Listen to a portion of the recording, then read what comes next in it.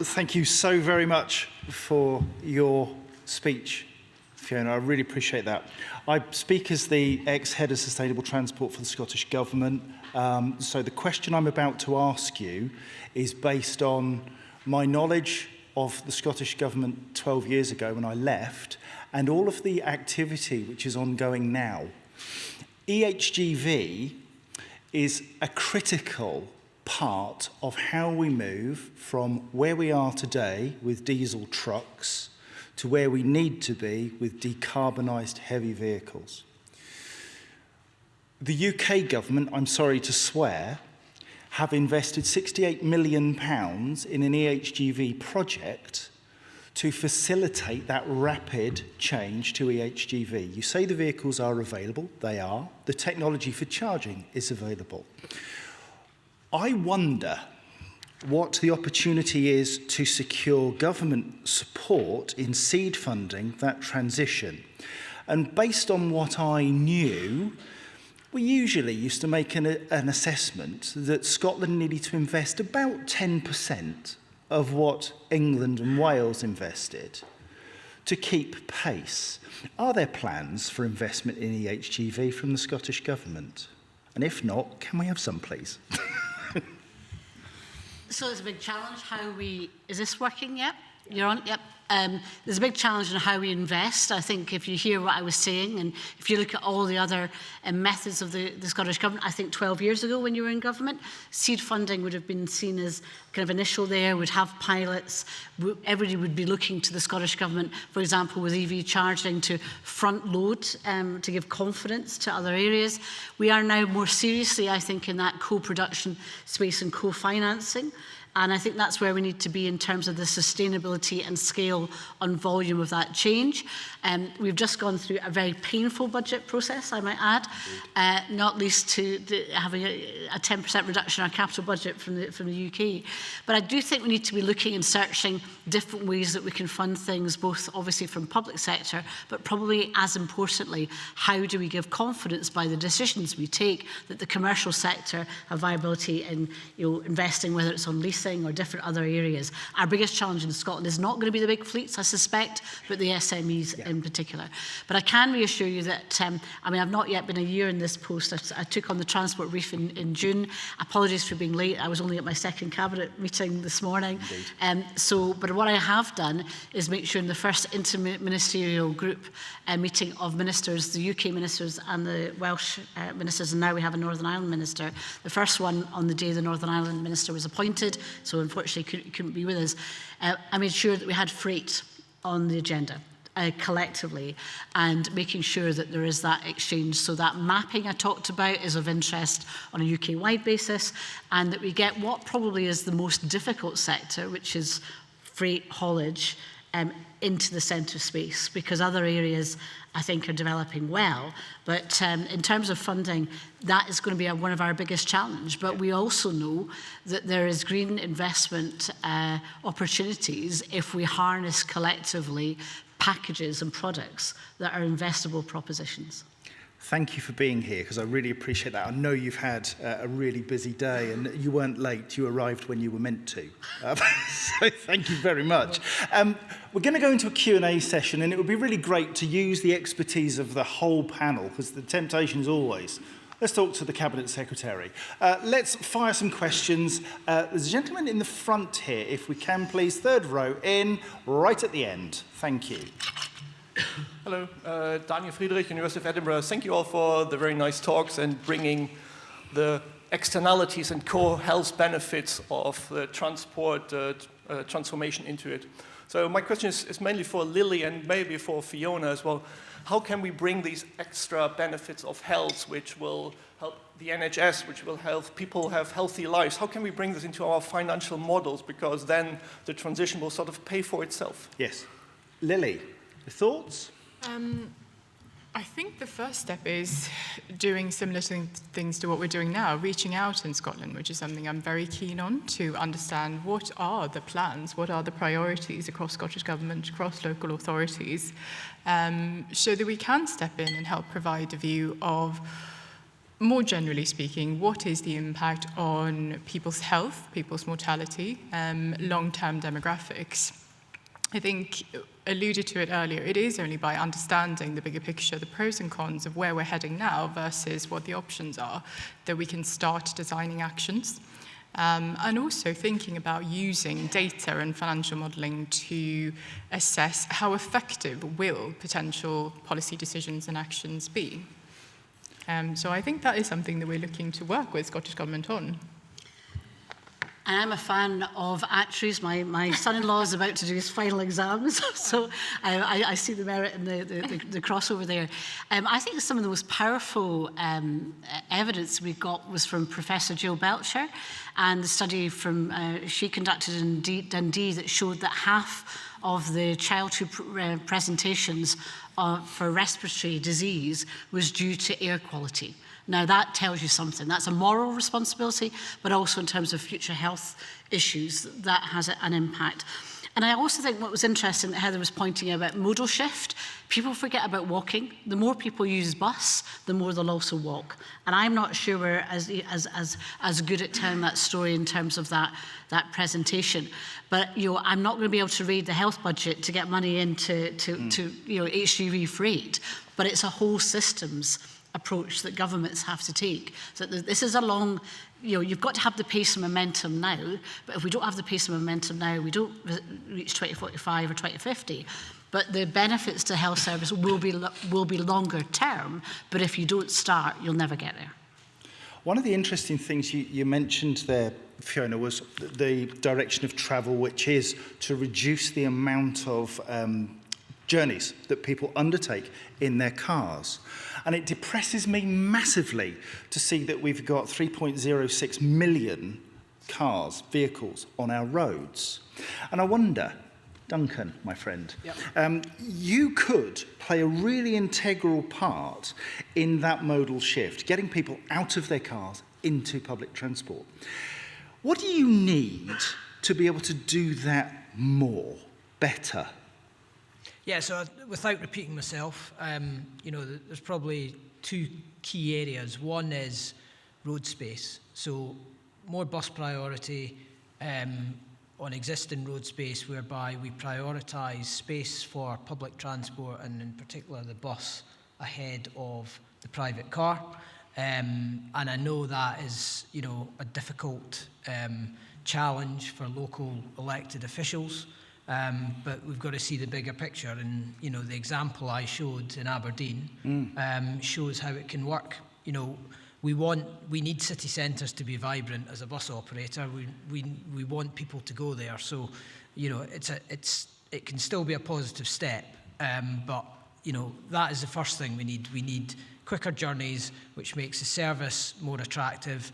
It makes the service more reliable as well, because believe it or not, congestion, again the C word, it's inconsistent.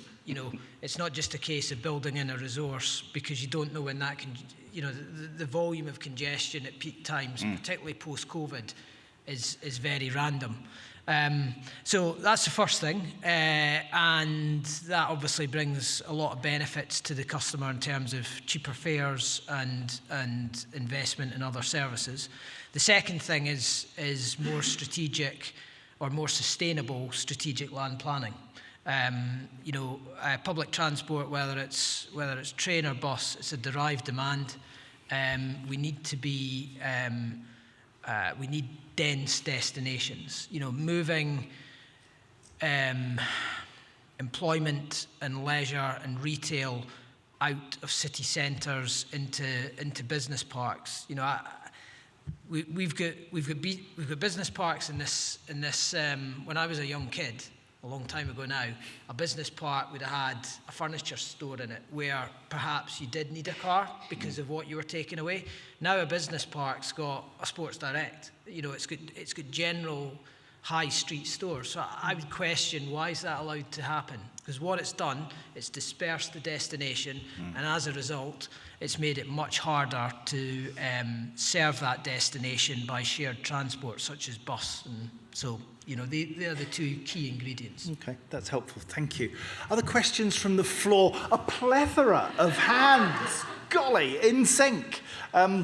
You fight amongst yourselves. Grab the microphone.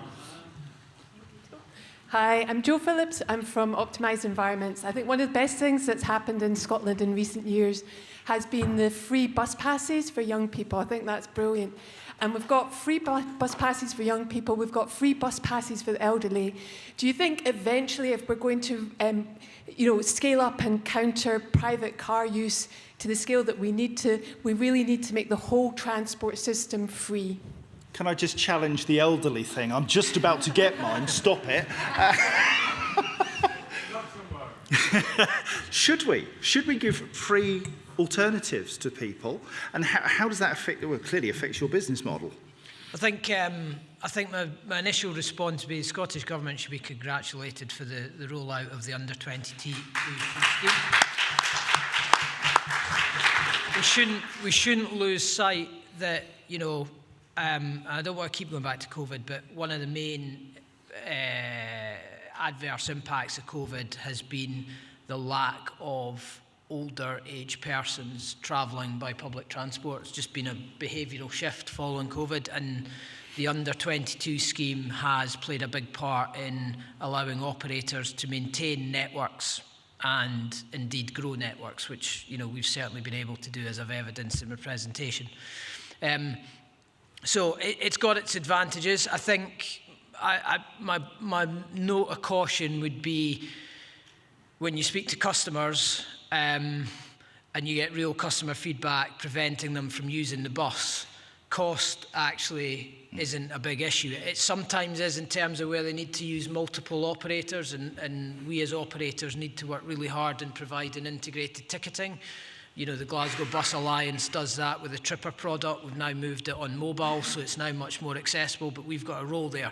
But generally, cost is not seen as a big detractor. The accessibility of public transport and I come back to my two main points. Accessibility in terms of, planning of destinations and also journey speed and time taken to travel are the main opportunities.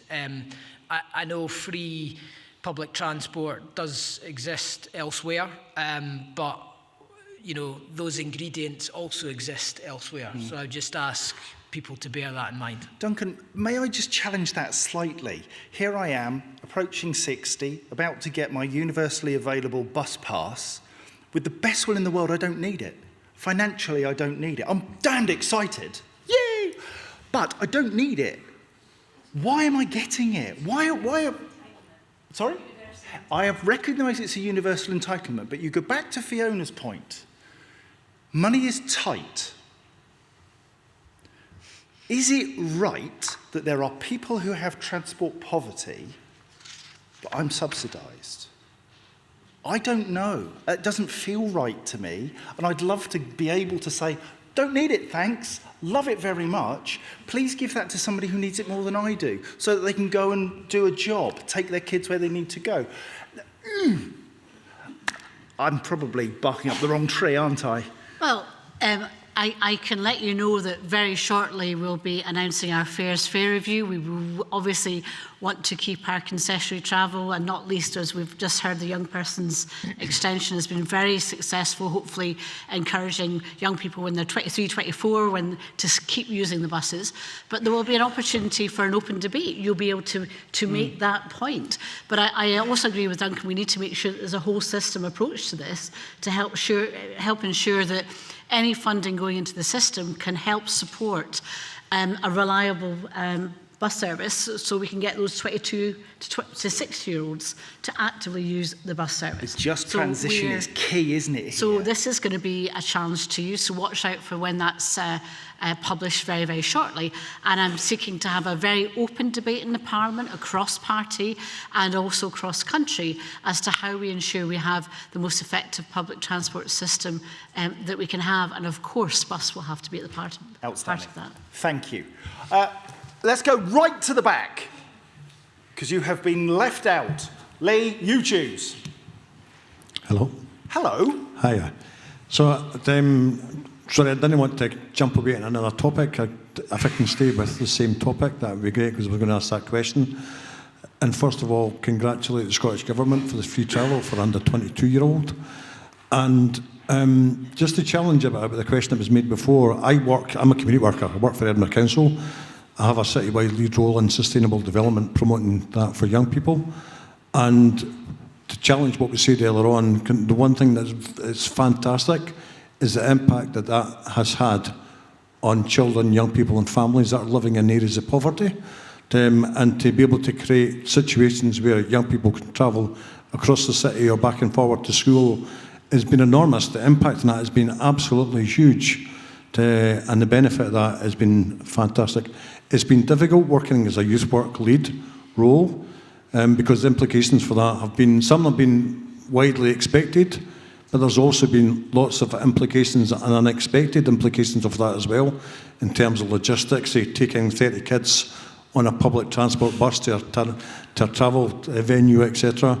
So my question was going to be about, can the panel tell us any unexpected implications or expectations or impacts that the free travel has had on their organisations, and something that they might be able to say, can we have more of the same or less of the same because of the impact that it's had on their organisation? But I still like to thank the Scottish Government for that.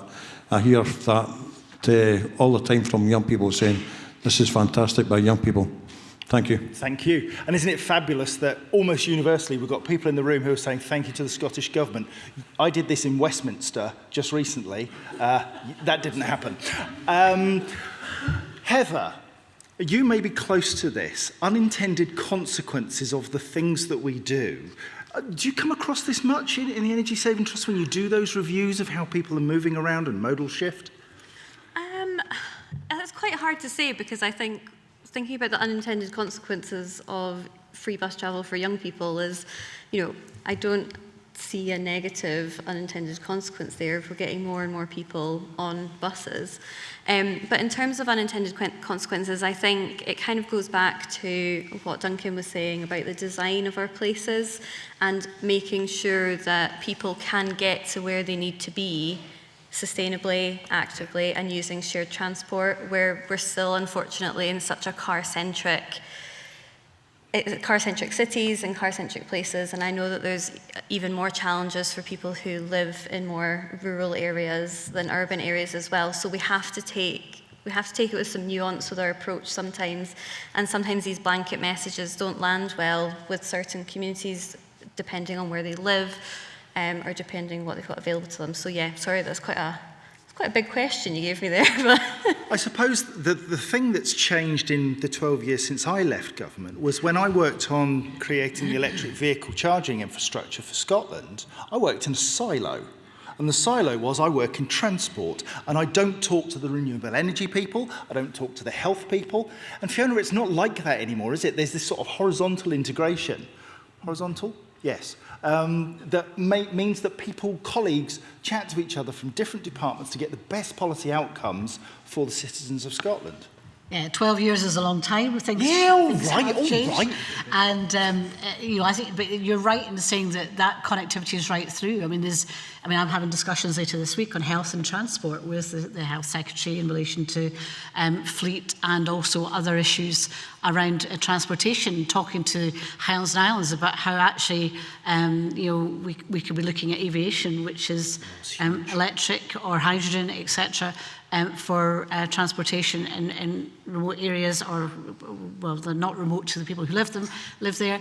But there are challenges right across, and obviously now we have a Cabinet Secretary, Mary McCallan, who is energy, just transition, and net zero, and we're looking at just transition plans right across government in different sectors.